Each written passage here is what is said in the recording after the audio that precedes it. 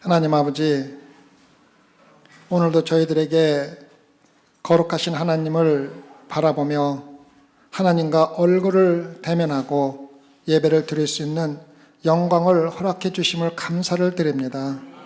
또한 우리의 기도를 한치도 오차 없이 응답해 주시고 교회의 모든 필요를 하나하나 채워주시는 하나님의 거룩하신 뜻에 또한 감사와 영광을 돌립니다. 우리가 계획하고 모든 것을 이루는 것 같지만은 그 뒤에서 일하시는 분은 하나님이심을 깨닫고 온전히 하나님께만 영광을 돌리는 소망의 성도들이 되게 허락해 주시옵소서. 하나님 아버지, 우리는 정말로 하나님을 예배드릴 수 있는 자격도 없는 죄인이지만은 예수 그리스도의 거룩하신 보혈의 피로 깨끗게 하사 하나님의 영광 가운데 아무런 두려움 없이 주님을 바라볼 수 있게 해주심을 감사를 드립니다. 이러한 모든 영광이 예수 그리스도의 십자가의 보혈이 없이는 결코 우리가 가질 수 없는 아주 귀한 하나님의 영광임을 깨닫고 하나님을 위해서 그 영광에 합당한 삶을 살 수 있도록 소망길 성도 하나하나를 인도하여 주시옵소서. 감사하며 우리 예수님 받들어 기도드렸사옵나이다. 아멘. 여러분에게 누군가가 삶의 사명이 무엇입니까? 묻는다면은 여러분은 어떻게 대답하겠습니까? 교회는 변함이 없는 진리 위에 세워졌기 때문에 아무리 세월이 지나가도 아무런 변화가 없어야 됨에도 불구하고 오늘날 우리가 섬기고 있는 교회는 초대교회와 차이가 점점 더 커지고 있다는 것은 심각한 문제라는 것을 오늘 말씀을 드리겠습니다. 초대교회 그리스도인들은 여러 가지 핍박 가운데서 어떤 면에서는 아주 혼란스러운 삶을 살았지만 왜 하나님이 그들을 아직도 이 세상에 살게 하셨는지에 대한 그 대답은 분명히 가지고 신앙생활을 했다는 것입니다. 초대교회의 성도들은 가는 곳마다 복음으로 가득 채워졌습니다. 초대교회 성도들은 자신들의 신성한 의무는 자신이 받은 구원의 축복을 친구들과 가족들과 그리고 내가 만나는 모든 사람들에게 전하는 것임을 분명히 알고 실천하며 신앙생활을 했습니다. 교회 역사가인 하르낙은 기독교의 의대한 사명이 사실상 비공식 선교사를 통하여 이루어졌다고 말하고 있습니다. 비공식 선교사라는 것은 여러분과 저같이 일반 성도를 일컫는 말이며 교회 지도자이며 로마에서 초대교회를 지키다가 165전에 순교한 자스틴에서 처음 사용이 되었습니다. 초대교회 성도들은 누구나 할 것 없이 어디서나 복음을 전한 반면에 요즘 교회 성도들은 어떻게 지내고 있습니까? 여러분들은 어떠한 신앙생활을 하고 있습니까? 조지 바나는 자신이 예수 그리스도를 믿고 거듭난 구원받은 자라고 주장하는 사람들을 대상으로 설문조사를 한 결과를 다음과 같이 발표했습니다. 다른 사람들에게 여러분의 신앙적인 믿음을 설명할 책임이 있습니까? 라는 질문을 받았을 때 45% 미만이 개인적으로 증거를 해야 한다고 동의했습니다. 땅끝까지 이르러 나의 증인이 되라는 예수 그리스도의 명령을 알고 있지만 동참하기를 원하지 않는 사람들입니다. 진심으로 거듭난 성도라고 고백한 사람들 가운데 절반도 안 되는 사람들만이 예수 그리스도의 마지막 명령인 땅끝까지 이르러 복음을 전하는 사명을 실천한다고 생각한 것입니다. 생각한 사람들이 45%에 불과하다면 실제적으로 몇 퍼센트가 하나님의 말씀을 땅끝까지 전하며 신앙생활 했느냐가 질문입니다. 오늘 말씀에 세례 요한이 소개되고 있지만 실제로는 세례 요한이라는 말보다는 증인 요한으로 불리는 것이 더 합당하다고 저는 생각합니다. 사도 요한의 복음에서 증인이라는 단어는 누구보다도 세례 요한과 직접적으로 깊은 관계가 있기 때문입니다. 증인은 예수 그리스도를 대신해서 다른 사람들에게 예수 그리스도에 대해서 전하는 것을 말합니다. 세례 요한이 예수 그리스도의 증인으로서 무엇을 증거했는지를 우리가 알고 이해한다면 우리가 똑같이 예수 그리스도를 증거하며 신앙생활하고 있다고 믿습니다. 첫 번째, 예수 그리스도가 하나님으로부터 계시된 빛이라는 것을 증거했습니다. 예수 그리스도가 하나님으로부터 보내심을 받은 빛이라는 것을 증거했습니다. 요한복음 1장 6절에서 8절을 보면 하나님께서 보내심을 받은 사람이 났으니 이름은 요한이라. 저가 증거하러 왔으니 곧 빛에 대하여 증거하고 모든 사람으로 자기를 인하여 믿게 하려 함이라. 그는 이 빛이 아니요 이 빛에 대하여 증거하러 온 자라. 세례 요한이 빛에 대하여 증거하기 위해서 하나님으로부터 보내심을 받은 사람이라고 기록되어 있습니다. 하나님으로부터 보내심을 받았다는 말은 매우 중요한 의미를 가지고 있습니다. 하나님께서 누구를 택하여 보내셨다는 것은 어떤 목적을 가지고 보내셨다는 의미이며 지금도 하나님께서 인간 삶에 깊이 관여하고 계시다는 아주 중요한 의미를 가지고 있는 것입니다. 이것이 하나님께서 인간의 역사 속에서 어떠한 계획과 목적을 가지고 인간들이 깨닫지 못하는 가운데서도 하나님은 자신의 뜻을 하나하나 이루어가고 있다는 것입니다.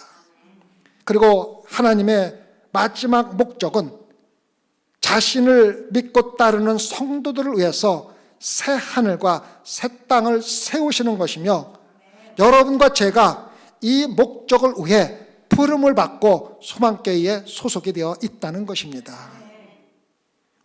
하나님께서 계획하시고 자신의 계획을 이루어가고 계시다면 하나님의 계획이 반드시 이루어진다는 의미가 포함되어 있습니다.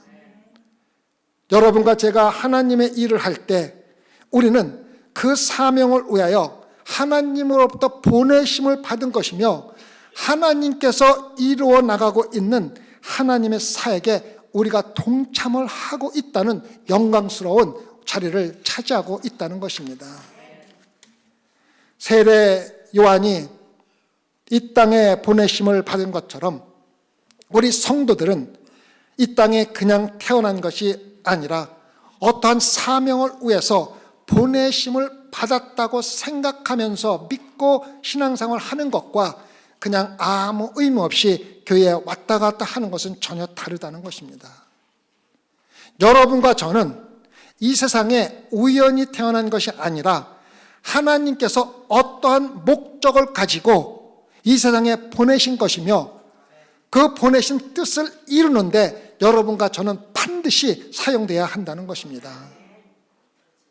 예수 그리스도를 믿는 모든 사람들은 하나님의 뜻을 이루기 위해서 하나님께서 직접 택하여 사용하시는 소중한 성도들입니다. 세례 요한은 대단히 짧은 삶을 살면서 오로지 빛으로 오신 예수 그리스도를 증거하다가 순교를 당했습니다.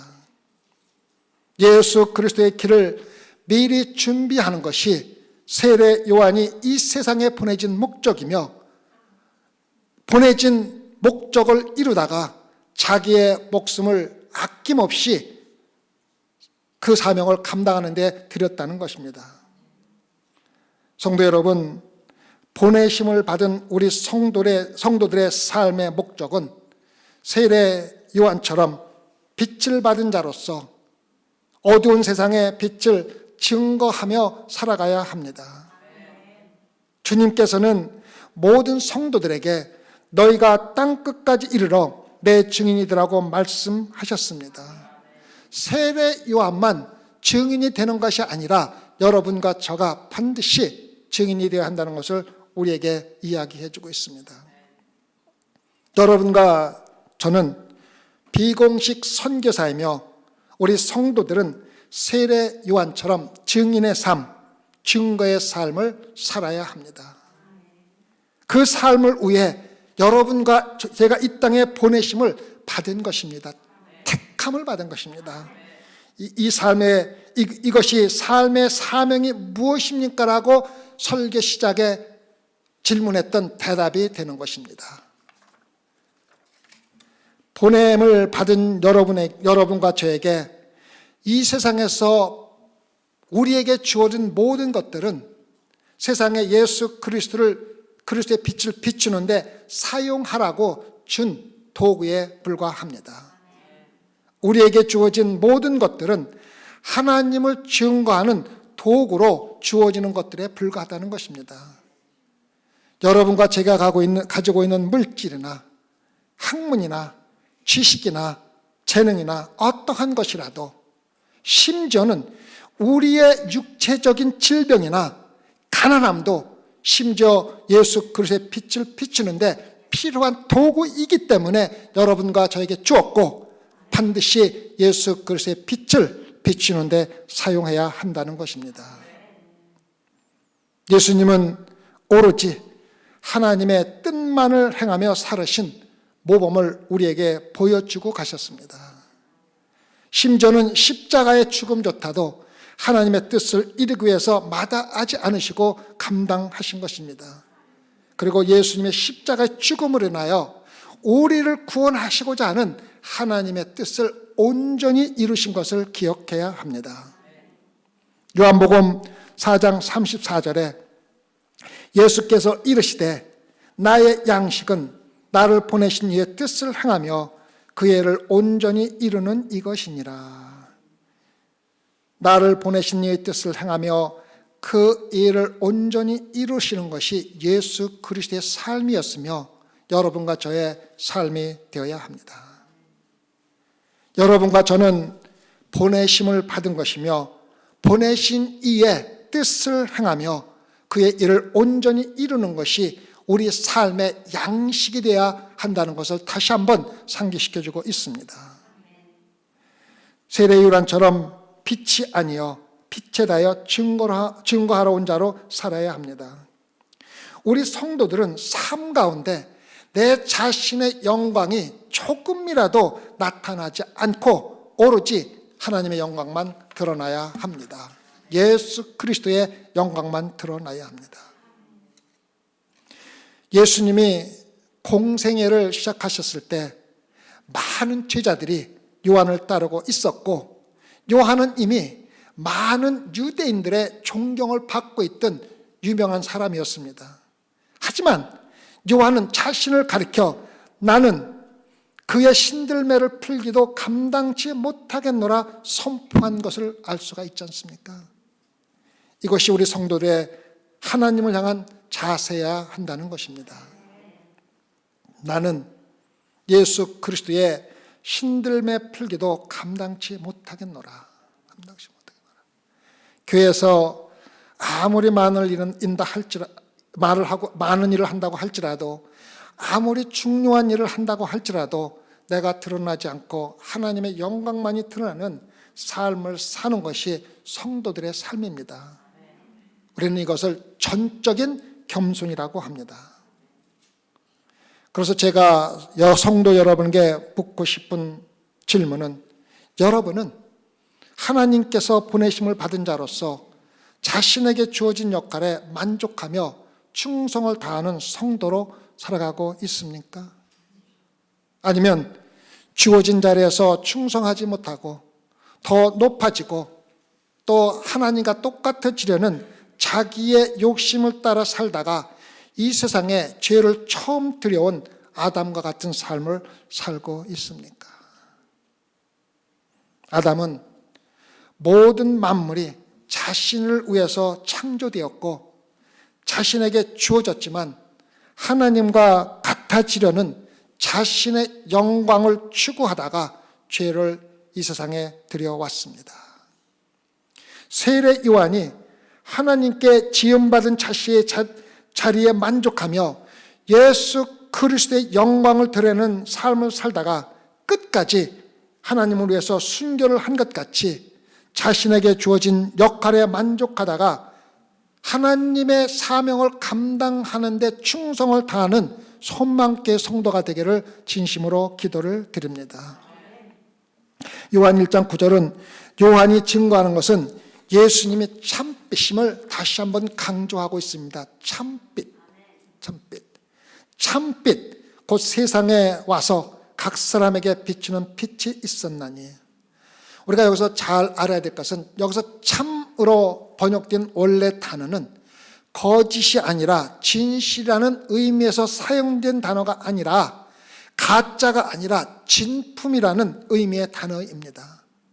세상에는 수없이 많은 빛이 있지만 예수 그리스도만이 진품이며 다른 모든 빛들은 가짜라는 것입니다. 참빛이신 예수 그리스도를 안에 가지고 사는 사람만이 참된 생명을 가진 사람들이고 그들의 삶만이 진정으로 살아있는 삶이며 바로 하나님의 영광을 드러내며 빛으로 사는 삶입니다. 도덕적인 삶이 아니라 내 안에 살아있는 예수 그리스도가 있어야만 한다는 것입니다. 이 세상에는 단순히 존재하는 죽은 삶을 사는 사람들이 있고 좋은 열매를 맺으며 하나님께 영광을 드리는 살아있는 삶을 사는 사람들이 있습니다. 자연의 원칙에 따라 우리 부모가 나를 탄생시키고 태어난 사람으로서 열심히 살다가 때가 되면 죽어 단순히 흙으로 돌아가는 삶을 사는 사람과 예수 그리스도의 생명을 안에 가지고 하나님의 영광을 위해 빛을 발하며 하나님과 깊은 관계를 가지고 사는 사람들은 전혀 다른 삶을 사는 것입니다. 성도는 예수 그리스도의 생명을 가지고 좋은 열매를 맞으며 살아가는 것이지 단순히 세상의 자연의 흐름에 따라 존재하는 동물과 같은 삶을 사는 것이 아니라는 것입니다.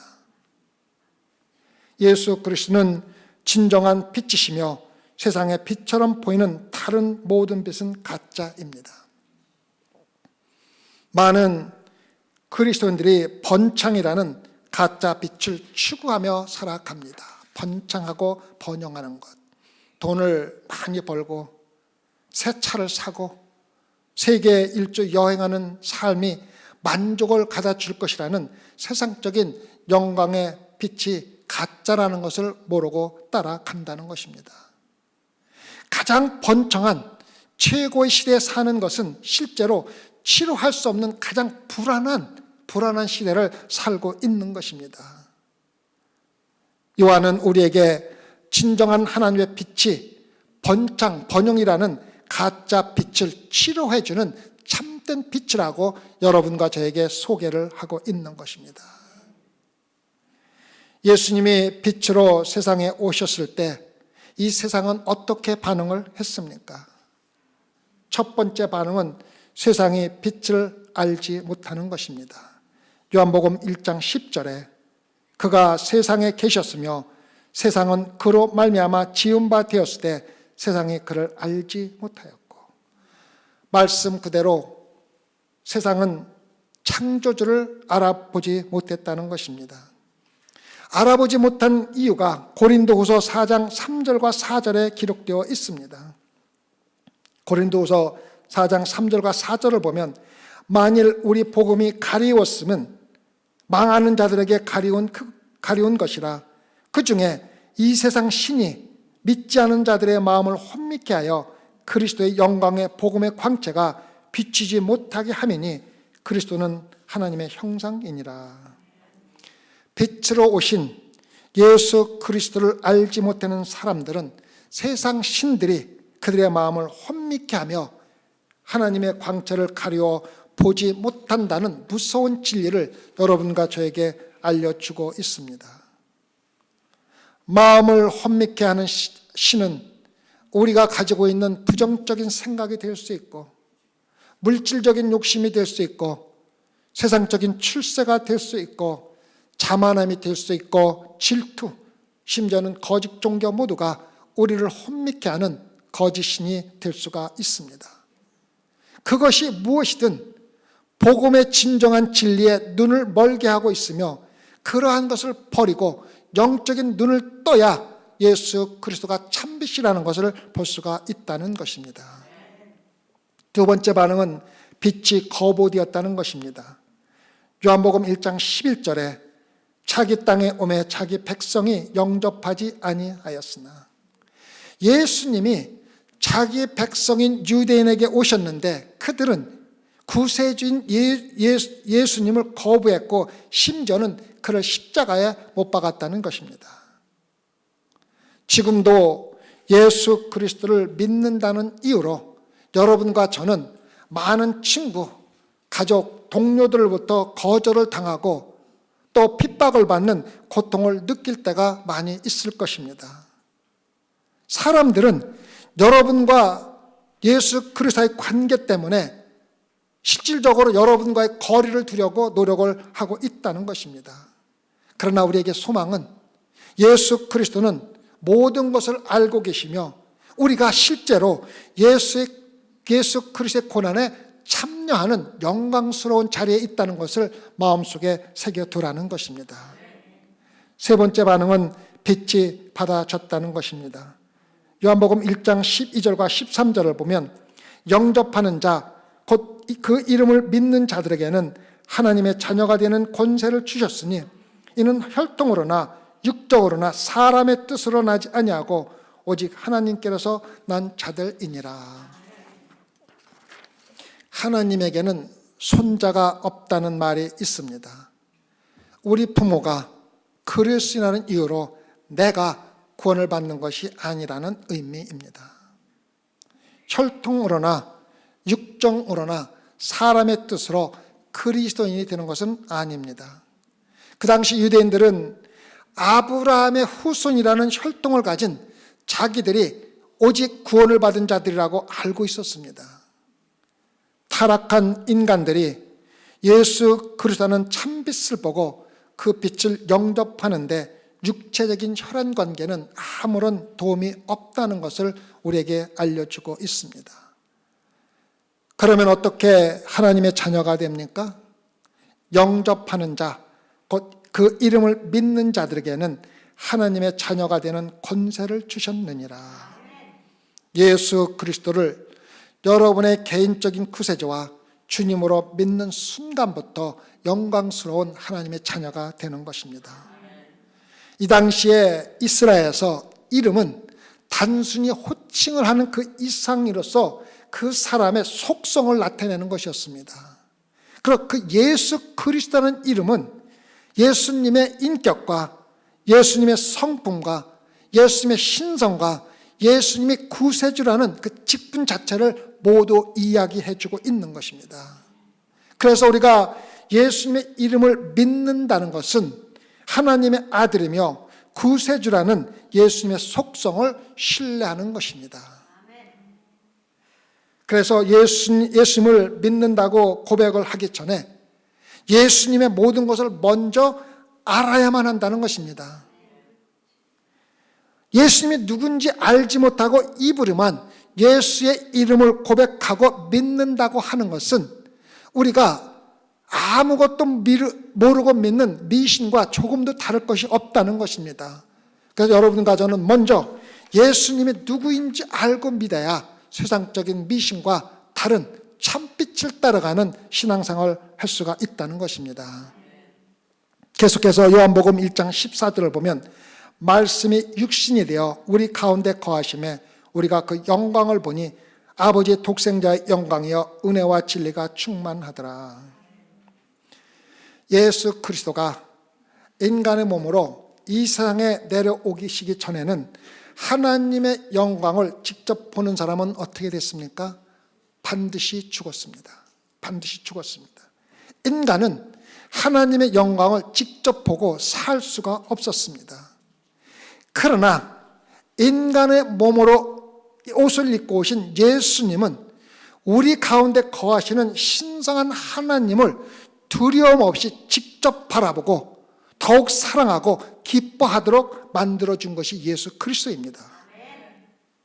이제 우리는 인간의 몸으로 오신 예수 그리스도의 인성을 통해 보기만 해도 죽었던 하나님을 보는 것을 전혀 두려워할 필요가 없는 하나님과 직접 교통하는 성도가 되었다는 것입니다. 옛날에는 양을 지키던 목자들의 관습이 있었습니다. 그들은 양을 더 기쁘게 하기 위해서 양의 가죽으로 지은 옷을 즐겨 입었습니다. 이와 같이 예수 그리스도께서도 인간을 하나님의 성품으로 더 기쁘게 하기 위해서 인간의 몸을 입고 이 세상에 오신 것입니다. 인간으로 태어나신 예수 그리스도의 빛을 통해 우리는 거룩한 하나님의 영광의 빛을 두려움 없이 직접 바라볼 수 있는 하나님의 자녀가 된 것입니다.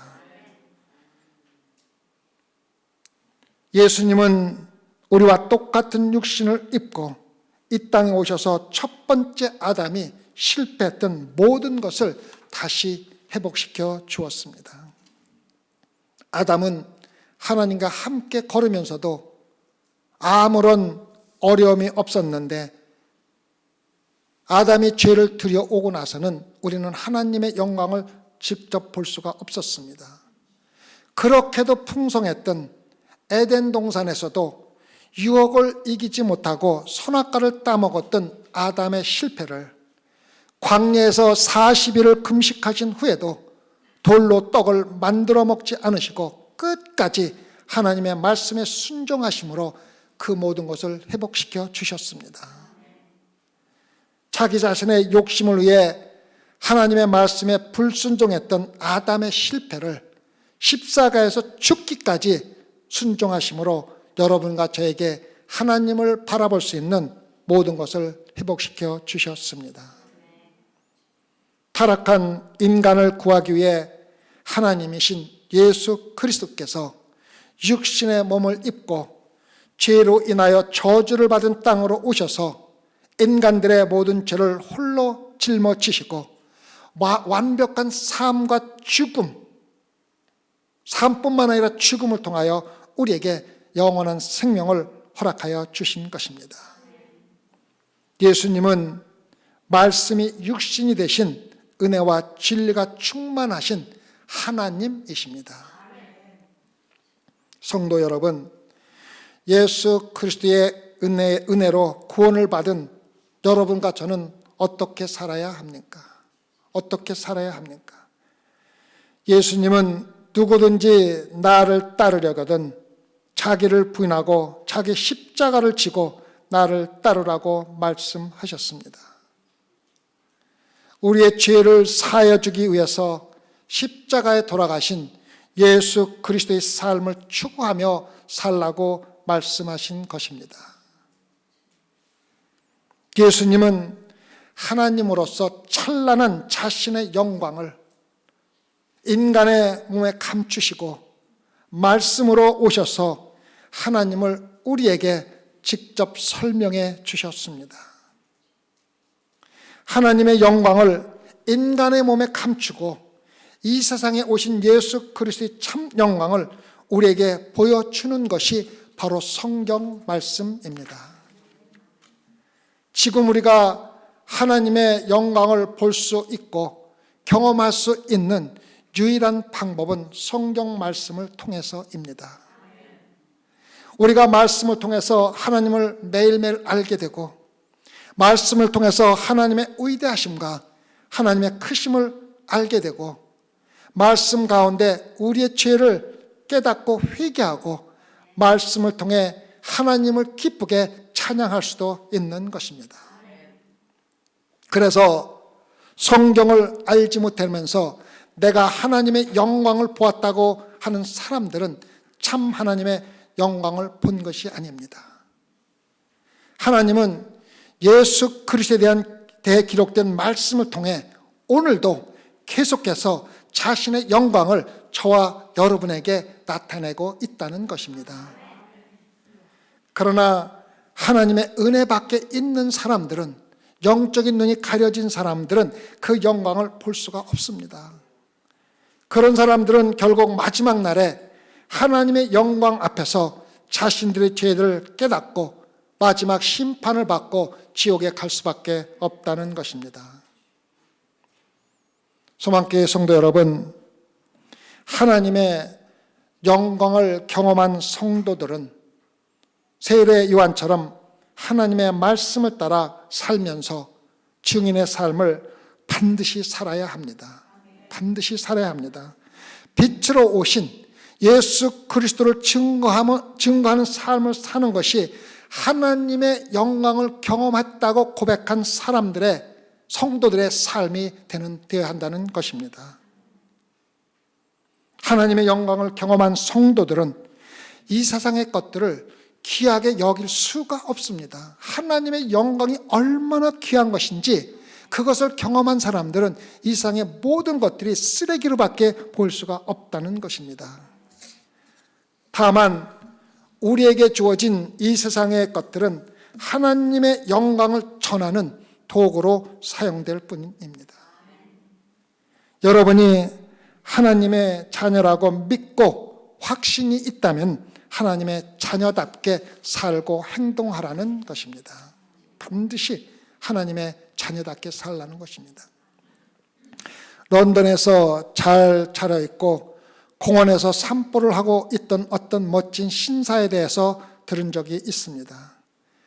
그에게는 시골에 살았던 가난한 늙은 아버지가 있었는데 누추한 옷을 입고 그의 아들을 찾아왔습니다. 아버지가 아들의 집에 왔을 때 아들은 집에 없었기 때문에 그는 아들을 찾으러 공원으로 갔습니다. 이때 멋진 신사는 그의 아버지를 절대적으로 거부하지는 않았지만 누군가 당신이 같이 말하고 있던 사람이 누구입니까라고 묻는 것이 두려워 매우 빠른 걸음으로 공원을 빠져나갔습니다. 아버지가 노동자였기 때문에 아버지를 받아들이는 것을 좋아하지 않았습니다. 따라서 우리는 영광스러운 주님께서 천한 우리를 받아들이시기를 거부할 수도 있었지만 우리를 받아들이기 위해서 가장 거룩하고 고귀한 자리에서 죄로 덮인 가장 낮은 여러분과 저의 자리로 내려와서 그 자리를 차지했다는 것입니다. 주님에게는 그러한 사랑이 있었고 그러한 사랑이 천한 우리를 공개적으로 이들은 나의 자녀라, 나의 아들이라 일컬음을 받게 하는 영광을 여러분과 저에게 주신 것입니다. 우리가 지금 어떤 상황에 있던 관계없이 여러분과 저는 자랑스러운, 영광스러운 하나님의 자녀들입니다.